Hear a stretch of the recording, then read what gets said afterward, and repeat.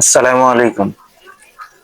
আজকে আমাদের মায়ের জাতি বোনদের নিয়ে কিছু বলতে চাই বাংলাদেশের প্রেক্ষাপটে। তো আপনারা কি শুরু করছেন বলেন তো? ধৈর্যের কিন্তু একটা সীমা থাকে। আপনারা হয়েছেন মেয়ে মানুষ, মায়ের জাতি, আপনারা কি চাইতেছেন? প্রকাশ্যে দিবালোকে সিগারেট খাওয়ার জন্য। এটা কোনো সুশিক্ষিত মানুষের কথা হতে পারে? বলতে পারেন আপনারা? আপনারা চাইতেছেন যাতে সরকারে আপনাদের অনুমতি প্রদান করে প্রকাশ্যে দিবালোকে সিগারেট খাইতে পারে। আপনারা, আমার একটা প্রশ্ন, আপনারা কোন শিক্ষায় শিক্ষিত হইতেছেন যেটার জন্য প্রকাশ্যে দিবালোকে সিগারেট খেতে চাইতেছেন? বাংলাদেশটা কি ফাইজলামির দেশ যে আপনারা দুদিন পর পর এক একটা ইস্যু উঠাইবেন আর দেশটার মধ্যে একটা অস্থিতিশীল অবস্থা করে রাখবেন? এটা হলো নাকি?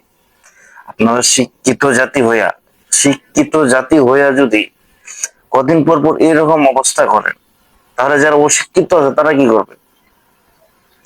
তাহলে আপনাদের কাছ থেকে আপনাদের চাওয়াটা কি? আমি ফেসবুকে দেখলাম মিছিল করতে গিয়ে বিড়ি খাইতেছে, সিগারেট খাইতেছে, দোকানের পাশে তারা মেয়েরা সিগারেট খাইতেছে। এটা কোথায় এলাম? আপনাদের যদি এই দেশে ভালো না লাগে, আপনারা ইসরায়েলে চলে যান, আপনি ইহুদি কান্ট্রি গুলাতে চলে যান। যদি এতই সিগারেট মদ খাওয়ার ইচ্ছা থাকে, চলে যান ওই কান্ট্রি গুলাতে। আপনার বাংলাদেশে থাকার কোনো অধিকার নাই।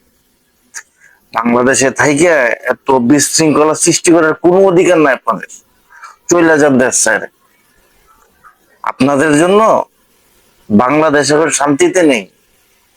মুসলিম কান্ট্রি এটা, মুখ খুলে বলার মতো কিছু রাখতেছেন না আপনারা।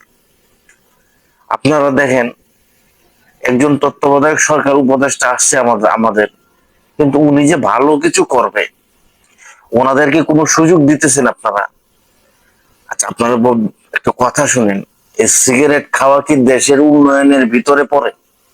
ধরেন আপনাদের প্রধান উপদেষ্টা অনুমতি দিল যে আপনারা প্রকাশ্যে সিগারেট খান, এই সিগারেট খাওয়াটা কি একটা দেশের উন্নয়নের ভিতরে পড়ে? এই প্রশ্নটা আপনাদের কাছে আমার। কোন উন্নয়নের ভিতরে পড়ে কিনা এটা জানাইবেন।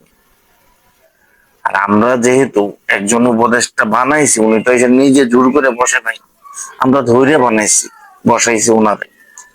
তো উনারে যদি আমরা সাহায্য সহযোগিতা না করে, নিজেরা শুধু এক একটা বিশৃঙ্খলা উনার সামনে উঠাইয়া ধরে, উনার কি করার থাকে? উনি কি করবে? কোনটা সামালতে? ওনাকে কি আপনারা হেল্প করতেছি আমরা? ওনাকে কি সাপোর্ট দিতেছি?